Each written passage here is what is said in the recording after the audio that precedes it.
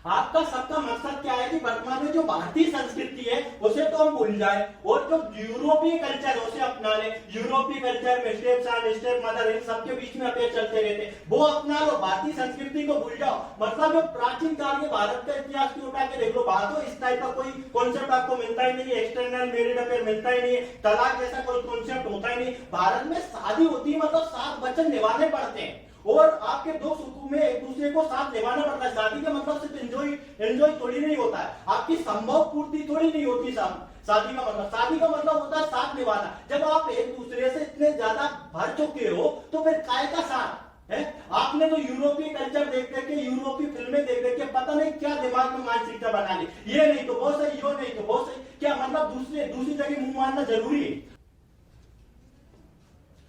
नमस्कार दोस्तों, मैं आज आपके सामने एक मुद्दा न लाते हुए एक ऐसी रिपोर्ट आपके सामने लाया हूं कि आपको चौंका देगी। ये चौंका नहीं देगी, वास्तविकता ये है कि एक जीवंत मुद्दा है, मतलब आपके सामने घटित होने वाली घटना है और आप कहीं ना कहीं इन घटनाओं को देखते हो। वो सारी चीजें मैं आपको बताने वाला हूं कि लोगों का मतलब शादी के बाद ऐसा क्या हो जाता है कि लोग अफेयर करने के लिए मजबूर हो जाते हैं, क्यों करते हैं। जैसे कि आप लव मैरिज हो या अरेंज मैरिज हो, शादी के 1-2 साल तक क्या रहता है कि आपका प्यार का ग्राफ है ना एकदम से ऊपर जाता है। मतलब 1-2 साल तक तो आपके बिना मैं नहीं रह सकती और तुम मेरे बिना नहीं रह सकते।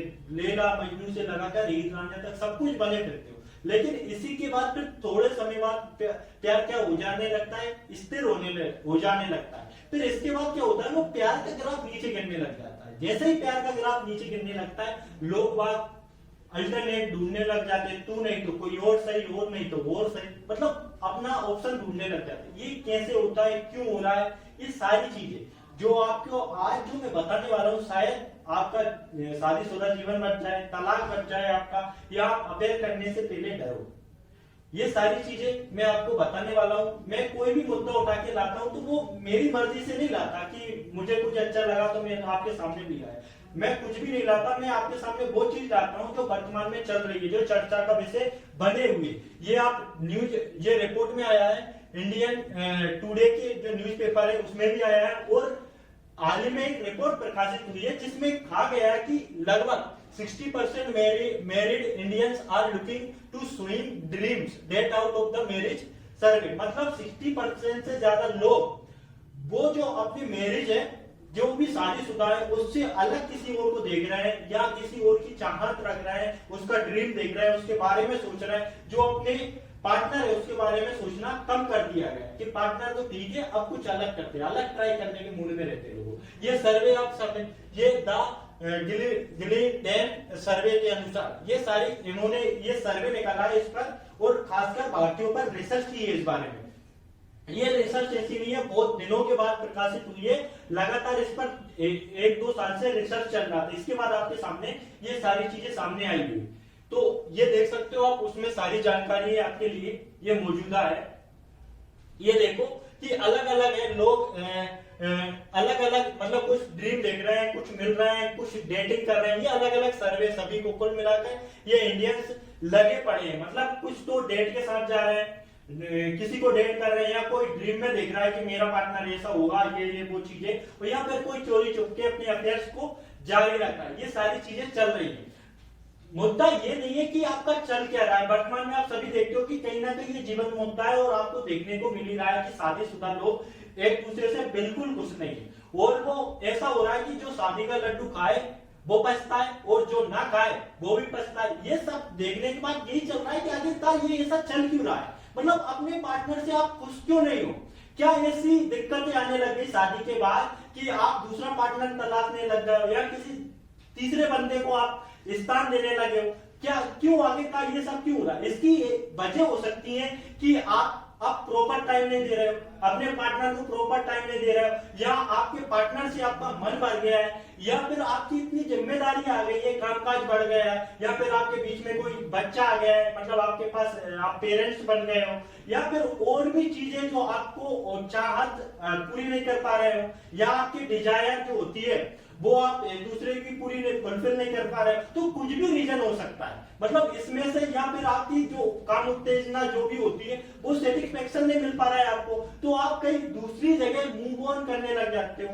तो बहुत सारी चीजें हो सकती है, एक रीजन नहीं है, 1000 रीजन हो सकते हैं। अगर किसी ने सोच लिया है कि मुझे इसके साथ नहीं रहना है और नहीं रहना है, तो वो किसी और के साथ रहेगा, किसी और के साथ रहेगा। या इवन ऐसा है कि मतलब आप अगर किसी के साथ भी हो तब भी आपका अफेयर है, तलाक नहीं हुआ है अभी, अफेयर ये सर में उस पे जब आप किसी के साथ शादीशुदा इंसान के साथ हो फिर भी आपका अफेयर उसी पे चीज है। ये सारी चीजें आपके साथ हो सकती हैं, लेकिन ये हो रहा है, ठीक है, मान लेते हैं ऐसी चीजें चल रही है, लोग टाइम नहीं दे रहे एक दूसरे को, बहुत सारी समस्याएं आ रही है, तो कहीं ना कहीं लोग तो प्यार चाहते हैं, तो वो प्यार दूसरी जगह ढूंढने लग जाते हैं। लेकिन अगर ऐसा है तो भारतीय संस्कृति को उठा के देख लेते हैं। भारतीय संस्कृति का इतिहास भी तो रहा है, भगवान श्री राम को देख लो आप। भगवान श्री राम एक पत्नी वृत्ता इंसान थे और एक ही पत्नी के साथ उन्होंने जीवन यापन किया और पूरा जीवन 14 वर्ष तक वनवास भोगा, सारी चीजें की और एक पत्नी के साथ रहे,